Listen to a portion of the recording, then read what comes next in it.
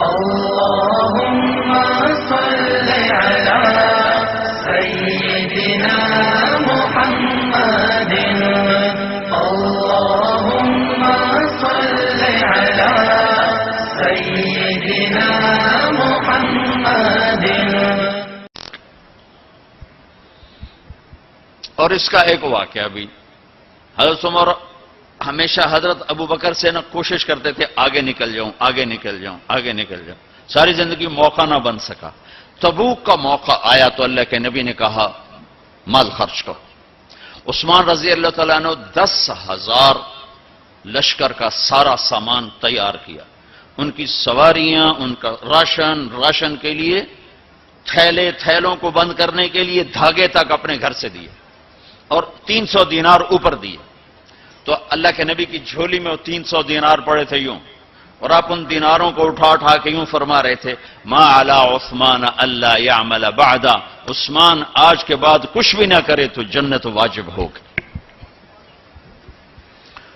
تو عمر کہنے لگے آج میں ابو بکر کو کاٹ سکتا ہوں، آج میں اس سے آگے نکل سکتا ہوں کہ وہ آج کل غریب ہے، میں مالدار ہوں، تو وہ تھوڑا لائے گا میں زیادہ لاؤں گا تو میں بڑھ جاؤں گا. لہذا انہوں نے اپنے مال کا آدھا حصہ، آدھا گھر میں رکھا اور آدھا لے کر آئے. ابو بکر نے جھاڑو پھیر دیا، جو کچھ تھا وہ سارا سمیٹ کے لے آئے. جب دونوں پراپرٹی سامنے رکھی گئیں تو حضرت عمر کی بہت زیادہ نظر آ رہی، ابو بکر کی بہت تھوڑی نظر آ رہی. لہذا حضرت عمر بڑے اطمینان میں کھڑے کہ آج جیت خطاب کے بیٹے کی ہے. میں قربان جاؤں، اللہ رسول تو جانتے ہیں کہ کون کیا کر کے آیا ہے. تو میرے نبی نے سوال ہی بدل دیا، جو اس موقع کا سوال ہی نہیں. کوئی آدمی مسجد میں چندہ دینے جائے، مدرسے میں چندہ دینے جائے، کہا جی مول صاحب یہ 1 لاکھ روپیہ ہے مدرسے کے لیے، مسجد کے لیے. آگے مولوی صاحب کہیں پیچھے کتنے پڑے ہوئے ہیں، تو کہے گا یہ بھی واپس کرو، میں تو تھوڑی نیت ہے جو کوئی چکر لگتا ہے کہ تسی ٹھیکیدار ہو، مگر علی شاید ابھی پیچھے کتنے پین. یہ موقع کا سوال ہے ہی نہیں. مولوی صاحب کو چاہیے جی جزاک اللہ یہ لیجئے رسید، بسم اللہ، پھر بھی موقع آئے تو دیتے رہیں. تو میرے نبی نے پوچھنا یہ تھا ابو بکر کتنا لائے ہو، عمر کتنا لائے ہو، اور یہی اس موقع کا سوال ہے.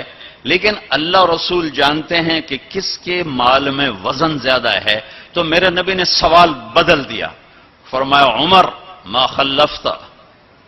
واہ واہ، عمر پیچھے کیا چھوڑ کے آئے ہو؟ تو حضرت عمر تو وہیں دھڑم ہو گئے گا، با میں گیا. سوال سے ہی وہ پتہ چل گا، بعد میری کلی اڑ گئی وکٹ. عمر ما خلفت یا ما ترکت لأہلک، یہ دونوں الفاظ ہیں. پیچھے گھر والوں کے لیے کیا چھوڑا؟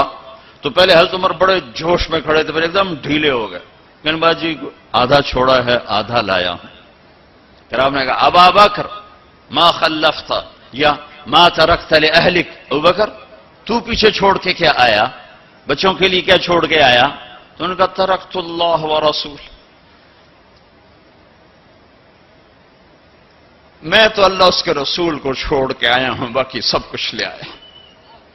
تو اس پر عمر کہنے لگے ابو بکر میں نہیں تجھ سے آگے بڑھ سکتا، کوئی بھی تجھ سے آگے نہیں بڑھ سکتا. اور اگلی سنو،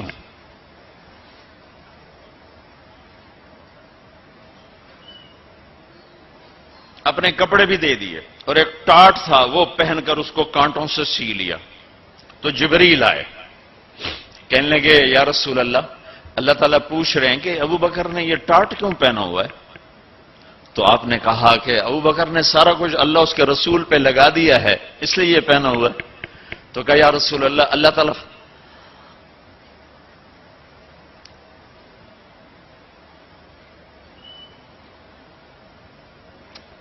تعالیٰ فرما رہے ہیں ابو بکر سے پوچھو مجھ سے راضی تو ہے، مجھ سے راضی تو ہے، اس فخر میں مجھ سے راضی ہے؟ میں تو اتنا سفر کر کے آیا ہوں، حالانکہ ابھی 4 دن پہلے میں 12 ملکوں کا 10 ملکوں کا سفر کر کے آؤں، ساری ہڈیوں میں درد ہے. میں اس لیے آیا ہوں کہ چلو کوئی بخشش کا بہانہ مل جائے، کوئی بخشش کا بہانہ مل جائے، اللہ راضی ہو جائے. آپ سارے اس لیے حج پہ جا رہے ہو کہ اللہ راضی ہو جائے. جو سارے جہان سے کہتا ہے مجھے راضی کرو، وہ کہہ رہا ہے ابو بکر سے پوچھو مجھ سے راضی تو ہے.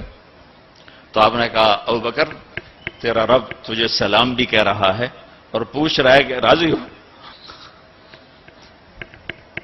تو ابو بکر کی چیخیں نکلی، میں اپنے رب سے راضی، میں اپنے رب سے راضی ہوں، میں اپنے رب سے راضی.